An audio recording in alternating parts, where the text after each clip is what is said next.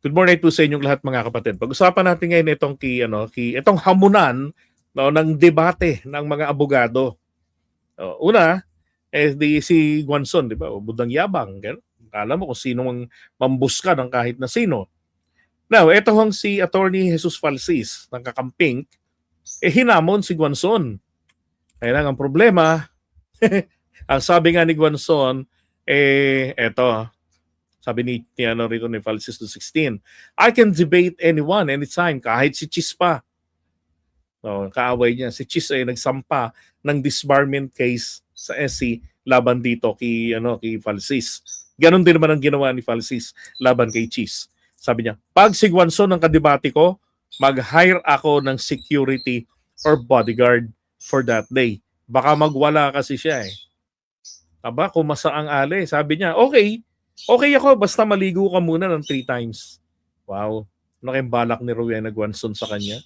At kailangan pagpaliguin muna itong si Falsis. Sabi tuloy ng iba, parang ikaw yata, madam, yung amoy lupa na. Sorry sa mga seniors ha. Ikaw yata yung dapat kailangang maligo. Diba? Now, akala ko nga matutuloy. At eto na po. Sabi ni Falsis sa kanyang post, ang sabi ng source ko, from the DDS camp. Yan na. Sabi ko sa inyo, may mga taksil sa inyo eh. They sent Kiko Barsaga in place of Rowena Guanzon. Dahil ayaw na ayaw daw talaga ni Guanzon kumasa sa debate challenge. Matapang lang online. Madami daw credentials, pero duwag si Duwagzon. O nga naman. Di ba? Dapat matapang talaga, dapat debate, laban, walang inuurungan. Ang problema pala kay Guanzon, pag sa tingin niya, kaya niyang buli-bulihin, ganun lang. 'Di ba? O ngayon, may kapwa niya, abogadong kumasa sa kanya. Tiklop, 'di ba ilang araw na, wala pa ako nababalitaan kay Guanzon hindi yata siya nag-iingay, may trangkaso ba? Mukhang dito pa lang sa hamon ni Falsis, 'di ba, napatahimik na si Guanzon. Nagpapalamig ng sitwasyon. Sabi nga, ipinalit daw po si Kiko Barsaga.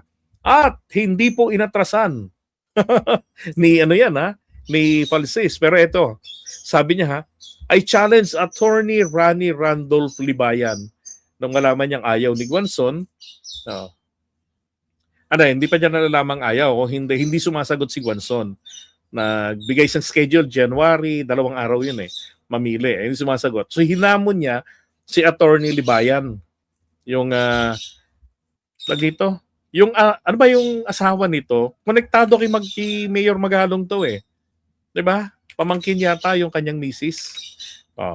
Hinamon niya. Sabi niya I challenge Attorney Rani Randolph Libayan to a debate as well on Billionaire News Channel's Abogado show hosted by Attorney Karin Jimeno and Attorney Mike Toledo. He can prove his confirmed information na bayad ako ni Senator Risa Ontiveros. Well, at least yung mga yan ay magkakabaro yan. Mga kakamping yan, mga dilawan yan. Di ba? Kung magkabayaran sila, okay lang. Ano naman yan, Libayan? Ayun, manugang pala ni Magalong si Libayan na isang DDS.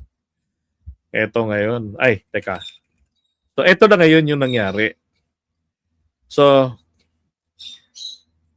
etong si Kiko Barsaga ang kumasa. Sabi niya, if Attorney Guanzon is not interested, I'm willing to debate Attorney Falsis. Mweh. Yan. So, maganda yan, di ba? Tingnan natin yung galing ni Barsaga.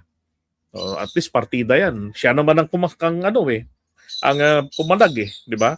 Sabi tuloy dito tuloy nagkabukingan Sabi ni Falsis, game, unblock mo ako sa Facebook. Walang yaka, Kiko. Blinak mo pa na si Falsis. Coordinators of Billionaire News Channel will contact you Same dates I gave to Attorney Rowena Duagson in January. Taping is usually on Fridays. Dapat live. Diba?